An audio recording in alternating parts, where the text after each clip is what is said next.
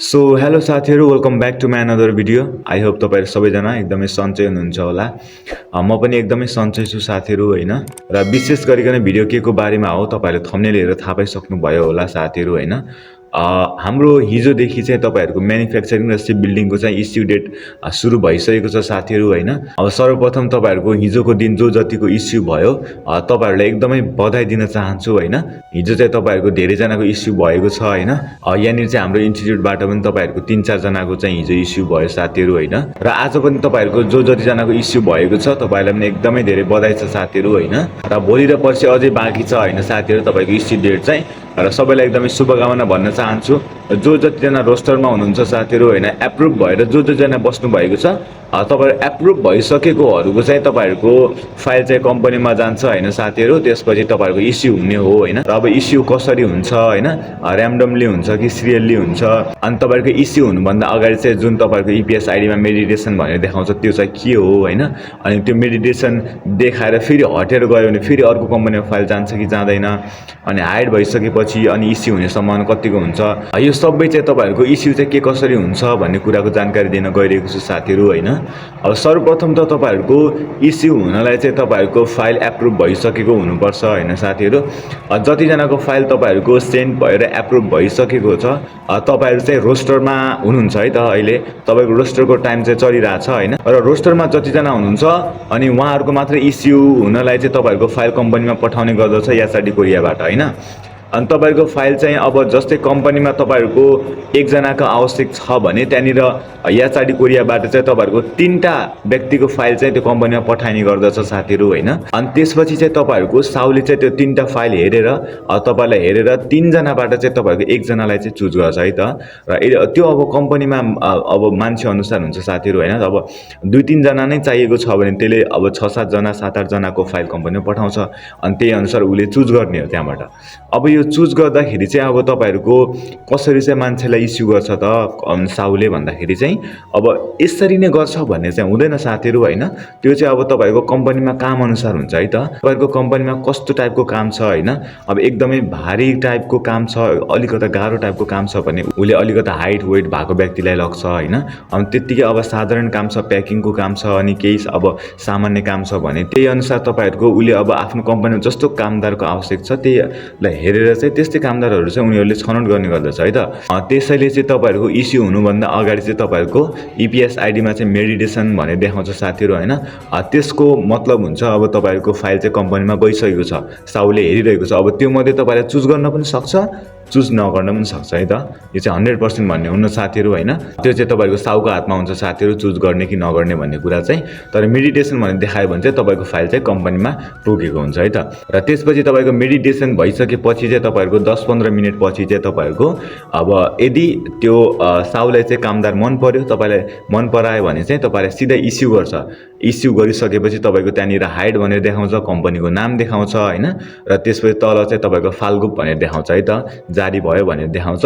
र यदि तपाईँलाई छनौट गरेन भने चाहिँ तपाईँहरूको त्यो मेडिटेसन पनि हटेर जान्छ है त। र अब त्यसपछि तपाईँहरूको मेडिटेसन देखाएर फेरि हटेर गयो भने चाहिँ फेरि अर्को कम्पनीमा चाहिँ फाइल जान्छ कि जाँदैन भन्ने धेरैजनाको चासो हुनसक्छ। तपाईँहरूको मेडिटेसन देखाएर फेरि हटेर गएको छ, इस्यु भएन भने चाहिँ अर्को कम्पनीमा पनि जान्छ है त फाइल चाहिँ। यो तपाईँहरूको जति दिन इस्यु डेट छ होइन साथीहरू, त्यति दिन चाहिँ तपाईँहरूको कतिजनाको अब इस्यु भएन भने चाहिँ 2-3वटा कम्पनीमा फाइल जान्छ, 3-4वटामा पनि जान्छ होइन। त्यो चाहिँ भन्न सकिने साथीहरू याचाडी कोरियाबाट चाहिँ तपाईँको त्यो फाइल सेन्ड हुने हो होइन। तर एउटामा मेडिटेसन देखाएर फेरि हटेर गयो भने फेरि अर्को कम्पनीमा पनि फाइल जान्छ है त।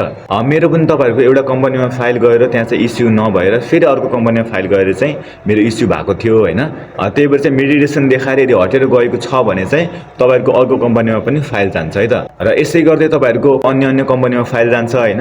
अनि जुन कम्पनीको साउले अब तपाईँलाई मन पराउँछ होइन, अब कम्पनीको लागि ठिक छ कामदार भनेर यदि तपाईँलाई छनौट गर्यो भने चाहिँ तपाईँको इस्यु हुन्छ है त। नत्र तपाईँहरूको अब मेडिटेसन देखाएर फेरि हटेर जान्छ है त। र त्यसपछि अब तपाईँहरूको यो इस्यु गर्नलाई चाहिँ याचाडी कोरियाबाट ऱ्यान्डमली जान्छ कि फाइल सिरियल वाइज, अब जसको अगाडि एप्रुभ भयो त्यसकै अगाडि फाइल जान्छ कि कस्तो भन्ने चासो पनि हुनसक्छ होइन।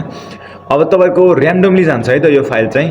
अब याचाडी कोरियाबाट चाहिँ कुन फाइललाई सेन्ड गर्ने हो त्यो थाहा हुँदैन साथीहरु हैन। प्राय अब तपाईको फाइल चाहिँ तपाईको कम्पनीमा र्यान्डमली नै जाने गर्दछ है त। याचाडी कोरियाले चाहिँ तपाईको फाइल चाहिँ र्यान्डमली त्यो तपाईहरुको कम्पनीमा पठाइसकेपछि चाहिँ अनि साउले पनि तपाईको र्यान्डमली अब आफ्नो कम्पनीमा जस्तो काम छ हैन, अनि त्यसपछि अब तपाईको फाइल गइसकेपछि अनि अब साउको नजरमा यदि तपाई पर्नुभयो, साउले तपाईलाई अब ठीक छ ल यो कामदा चाहिँ मलाई चाहियो भने चाहिँ त्यसरी चाहिँ उले इस्यु गर्ने हो है त। त्यही भएर चाहिँ तपाईहरुको इस्यु हुनलाई चाहिँ तपाईहरुको एप्रुभ भएर बसिरहनु भएका तपाईहरुको जोसुकैको फाइल पनि तपाईहरुको अगाडि इस्युको लागि चाहिँ कम्पनीमा पठाउन सक्छ है त।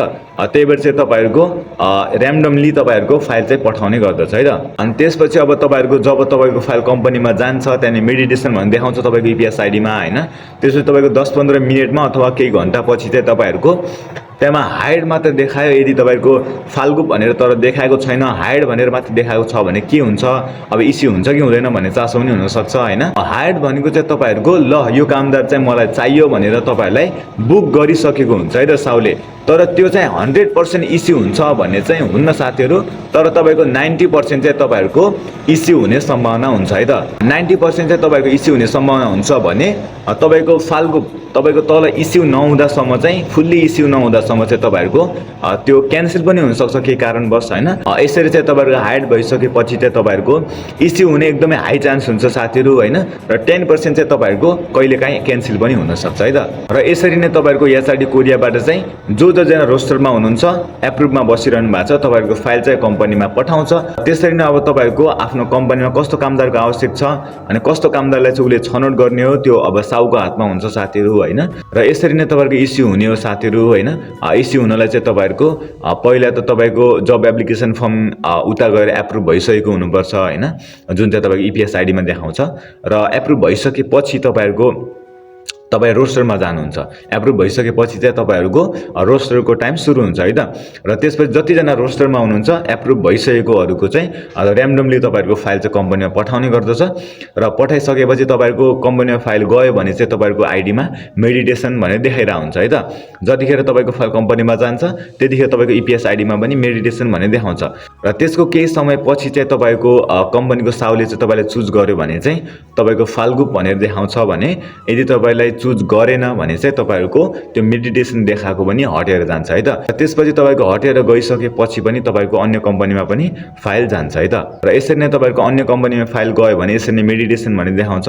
र त्यसपछि तपाईको साउले चाहिँ तपाईलाई चुज गर्यो भने चाहिँ इस्यु भनेर देखाउँछ, नभए तपाईको सुरुमा हाइड भनेर देखायो भने चाहिँ तपाईहरुको हाइड मात्र भनेको छ, अब फाल्गु भनेर देखाएको छैन भने चाहिँ त्यो चाहिँ तपाईको 90% चाहिँ इस्यु हुने चान्स एकदमै हुन्छ हैन। 10% चाहिँ कहिलेकाहीँ तपाईको हाइड भनेर मात्र देखाएको छ भने कहिलेकाहीँ क्यान्सल पनि हुन सक्छ है त। त्यसपछि अब तपाईहरुको हाइड भनेर देखायो, तल कम्पनीको नाम देखायो र तल तपाईको फाल्गु भनेर देखायो भने चाहिँ 100% तपाईको इस्यु भयो भन्ने बुझिन्छ है त।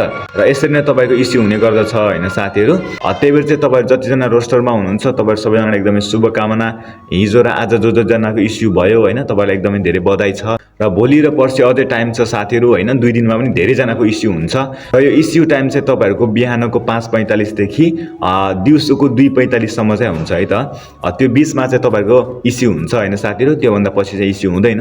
बिहानको 5:45 देखि चाहिँ तपाईहरुको फाइल कम्पनीमा पठाउने र इस्यु हुने कार्य चाहिँ सुरु भइसक्छ साथीहरु हैन। तपाईको बिहानको 5:45 देखि चाहिँ तपाईहरुको दिउँसोको 2:45 बजेसम्म चाहिँ तपाईहरुको जोसुकैको फाइल पनि तपाईको कम्पनीमा गएर चाहिँ इस्यु हुन सक्छ है त। त्यही भएर चाहिँ तपाईको आफ्नो ईपीएस आईडी चाहिँ चेक गर्दै गर्नु होला साथीहरु हैन। सकेसम्म धेरै जनाको इस्यु होस् भन्न चाहन्छु। त्यही हो मेरो तर्फबाट तपाईलाई एकदमै धेरै शुभकामना छ हैन। र भोलि र पर्सिको टाइम अझै बाँकी छ साथीहरु हैन। सकेसम्म धेरै जनाको इस्यु होस् हैन। यदि इस्यु भएको छैन अहिलेसम्म भने पनि तपाई नआत्तिनु होला, भोलि र पर्सिको दिन अझै बाँकी छ साथीहरु हैन। तपाईको अवश्य पनि इस्यु हुनेछ। यो लटमा तपाईको यदि इस्यु भएन भने पनि तपाईहरु नआत्तिनु होला साथीहरु हैन। अझै अर्को इस्यु लट त आइहाल्छ नि हैन। अनि अन्य इस्यु लटहरुमा चाहिँ तपाईको इस्यु अवश्य हुनेछ साथीहरु हैन। आशा गरौँ साथीहरु हैन सकेसम्म भोलि र पर्सिको दिनमा अझै धेरै जनाको इस्यु होस् भन्न चाहन्छु। सबैजनालाई एकदमै शुभकामना जो जनाको इस्यु भइसकेको छ। अब इस्यु पछि चाहिँ के प्रोसेस हुन्छ भन्ने एउटा मैले भिडियो अनि लास्टमा राखिदिनेछु, तपाईले त्यो हेर्न सक्नुहुन्छ। र त्यसपछि अब तपाईहरुको इस्यु भइसकेपछि अन्य प्रोसेसहरु पनि छिटो होस् छरिटो होस् भन्न चाहन्छु साथीहरु हैन। त्यही शुभकामना छ सबैलाई। र जजनाको इस्यु हुन बाँकी छ तपाईहरुको तपाईँहरूको पनि इस्यु होस्।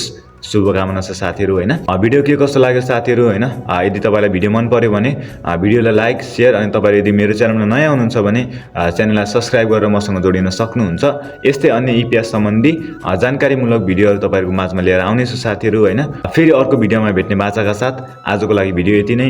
सबैजनालाई खाम्साहामनिदा।